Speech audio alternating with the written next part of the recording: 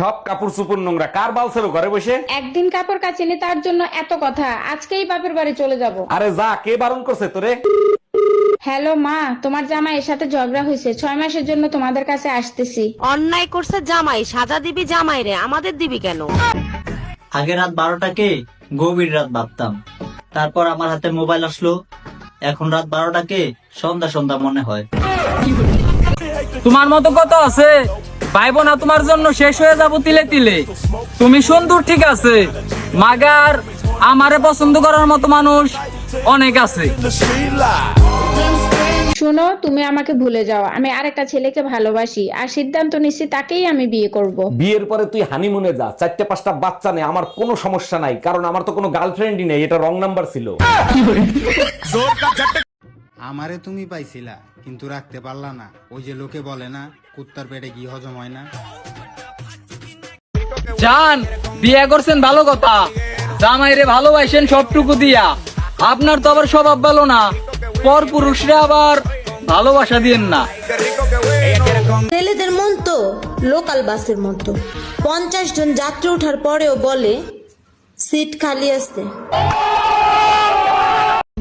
জান জান বলবো কারে, জান তো আমার ছেলে গেছে চান্দি চুলা বেটার ঘরে, তারির মধ্যে এত টেহা লাগে, হিয়া কি আর আমি জানতাম রে।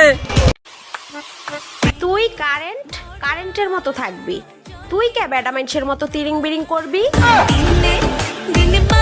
বউয়ের সাথে গ্যাঞ্জাম করিস না ভাই, তরকারির সাথে থুতু লাগাই তোরে খাওয়াই দিব, তুই টেরও পাবি না। চললি বললি কত কিছু করলি, বলবো না খারাপ কথা। প্রশ্ন আমার ছোট্ট এটা, যতগুলো লাং বাতার বানাইছা কুলাইতে পারবি তো একা? মানলাম আমি খারাপ, তুই যে বালা তার সার্টিফিকেট দেখা। জান, তুমি তো তোমার মতো ভালোই আছো বেশ, আর এইদিকে আমার পাতা পুতা কাটতে কাটতে জীবন শেষ। কেমন ভালোবাসাই দিলা বাল, তোমার ভালোবাসার কারণে আজকে আমার চোখ লাল। মন ভোলা সবাই বোন নাম হাতে লেখায়, তুমি কেন লেখাও না? তুমি আমারে ভালোবাসো না? অবশ্যই বাসি, সবাই তো হাতে নাম লেখাইছে আর আমি বুকে তোমার ছবি আঁকাইছি। বলো কি, তাই নাকি? কই একটু দেখাও তো। 1 মিনিট দাঁড়াও, দেখাচ্ছি, এই দেখো। কত আছে আমার ব্লক লিস্টে, তুমি ভাবছো জীবনটা শেষ করে ফেলাই দিন তোমার পিছে ঘুরতে ঘুরতে। দুঃশালী, আমরা আপডেট মাল, তুমি চেনো নাই বাল। তুমি চলে গেছো তাতে কি হয়েছে, আমার কপালটা তো আর নিয়ে যাও নাই, ফিরে এসে দেখো তুমি আমার লেভেলেই নাই।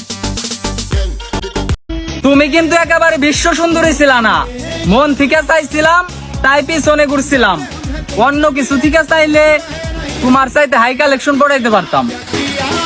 ভাই, মসজিদের হুজুর তোমাকে অপমান করছে কেন? কি করছো? হুজুরকে বললাম, হুজুর স্বপ্নে দেখি কোরবানির গরুগুলো সব জান্নাতে খেলাচ্ছে, আমাদের গরুটা কেন ল্যাংড়াচ্ছে? তারপর হুজুর কি বলে অপমান করলো? হুজুর বলে, ল্যাংড়াবে না তো কি করবে, গরুর এক ঠ্যাং তো এখনো ফ্রিজে রেখে দিছোস। ডাক্তার, আমার বউয়ের অপারেশনটা একটু সাবধানে করবেন। অরুণ সাহেব, আপনি একদম টেনশন করবেন না, আমাদের এখানে যত্ন সহকারে অপারেশন করা হয়। ডাক্তার, আপনি ফুলের মালা নিয়ে অপারেশন থিয়েটারে যাচ্ছেন কেন? এটা আমার প্রথম অপারেশন, সাকসেস হলে আমি পড়বো, না হলে আপনার বউ পড়বে। নিজের সর্বোচ্চ চেষ্টা করার পরে, একদম শেষ পর্যন্ত দেখার পরে আমি তোমাকে ছাড়ছি। তুমি কি ভাবছো আমি তোমায় এত সহজে ছেড়ে দিছি? স্যার, আমার ছেলে শাফিন অনেক বুদ্ধিমান, আপনার স্কুলে ভর্তি করতে চাই। আচ্ছা ঠিক আছে, শাফিন বলো তো, আমরা খাওয়ার আগে এবং খাওয়ার পরে হাত ধুই কেন? স্যার, আমরা হাত ধুই না, হাত নিজেই এক হাত অন্য হাতকে ধুই, আমরা শুধু দেখতে থাকি। আসলে তোমার কোনো দোষ নাই, আল্লাহ বানাইছে আমারে বোকা।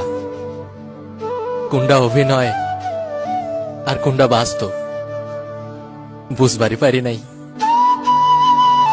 অরুণ ভাই, বাড়ি তো অনেক সুন্দর বানাইছেন, উপরে ফিটফার ভিতরে সদরঘাট নাকি? না ভাবি, ভিতরের রুমগুলোতে অনেক সুন্দর সিস্টেম করা আছে। বলেন কি, তাই নাকি? তা কি সিস্টেম করা আছে? একজন রুমের ভিতরে ঢুকলে লাইট অন হয়ে যায় আর 2 জন ভিতরে ঢুকলে লাইট অফ হয়ে যায়। আসেন আপনারা দেখাই নিয়ে আসি। হ্যালো হ্যালো, কেমন আছেন আপনি? যেখানে রেখে গেছো তুমি সেখানেই পড়ে আছি আমি। তারপর বলেন, আপনি বিবাহিত না অবিবাহিত? তোমাকে পাইনি তাই বিয়ে করা হয়নি। আর তোমার? বাসায় আসো, বেলনের বাড়ি খাইলেই বুঝতে পারবা। বুঝলে প্রিয়, তুমি যদি আমাকে সত্যি ভালোবাসতে তাহলে আমার বিয়ে হয়ে গেছে জেনেও আমাকে কখনো ছেড়ে যেতে না।